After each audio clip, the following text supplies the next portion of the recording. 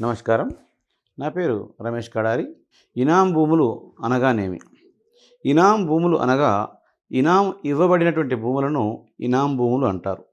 ఇనాం భూములను మనం అమ్ముకోవాలనుకున్నప్పుడు వాటికి చట్టబద్ధత అవసరము. చట్టబద్ధత అంటే occupation right. ORC, occupation right certificate అంటారనమాట. ఈ ఆక్యుపేషన్ రైట్ సర్టిఫికేట్ తీసుకున్నప్పుడే 1955 చట్టం ప్రకారంగా ఆక్యుపేషన్ రైట్ ఎప్పుడైతే తీసుకుంటారో వాళ్ళకి మాత్రమే ఆ భూమి పైన పూర్తి హక్కులు ఏర్పడతాయి. లేనట్లయితే వారికి పూర్తిగా హక్కులు ఉండవు.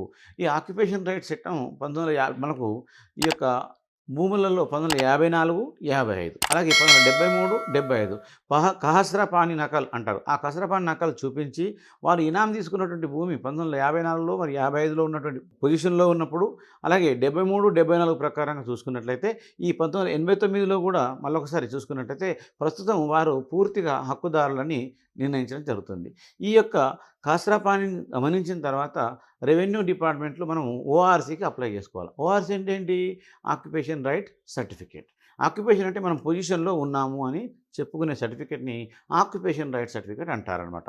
ఈ తెలంగాణలో ఆక్యుపేషన్ రైట్ సర్టిఫికేట్ ఎవరికైతే ఉంటుందో ఈ యొక్క ఇనాంగా పొందినటువంటి భూములన్నింటినీ కూడా వాళ్ళు సొంతంగా వాడుకోవచ్చు.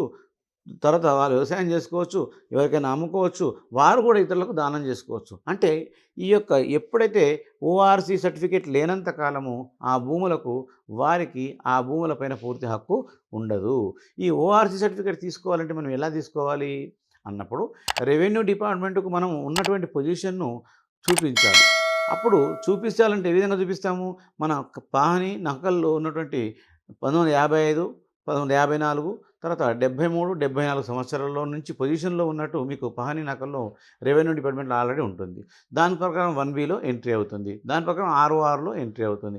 అప్పుడు మాత్రమే మనము ఈ యొక్క ఓఆర్‌సి సర్టిఫికేట్ పొందే అవకాశం ఉంటుంది. ఓఆర్‌సి సర్టిఫికేట్ ఉన్నది అంటే మనం ఆ యొక్క భూమికి పూర్తి హక్కుదారులము. ఇనాం భూములలో మనకు చాలా రకాలుంటాయి.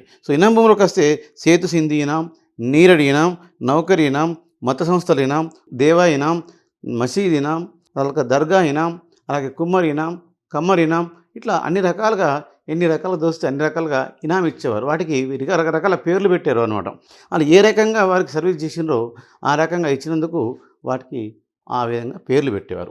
దేవర ఇనాం అంటే దేవాదాయ శాఖ కోసం కేటాయించిన భూముల్ని దేవర ఇనామని, దర్గాల కోసం కేటాయించిన భూముల్ని దర్గా ఇనామని, మసీదుల కోసం కేటాయించిన భూమిని మసీద్ ఇనామని, అలా కుల వృత్తుల కోసం ఇనాంగా ఇచ్చినటువంటి భూముల్ని వాళ్ళ యొక్క కులం పేరుతో ఇనామని పిలిచేవారు.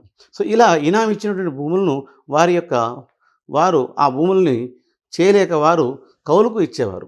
ఆ కౌలుకు ఇచ్చినప్పుడు కౌలు వారి ద్వారా వచ్చినటువంటి డబ్బుతోని వాళ్ళు ఆనందపడేవారు. ఈ విధంగా ఇనాం భూములు అనగా ఇనాంగా పొందినటువంటి భూములను ఇనాం భూములు అంటారు. Thank you.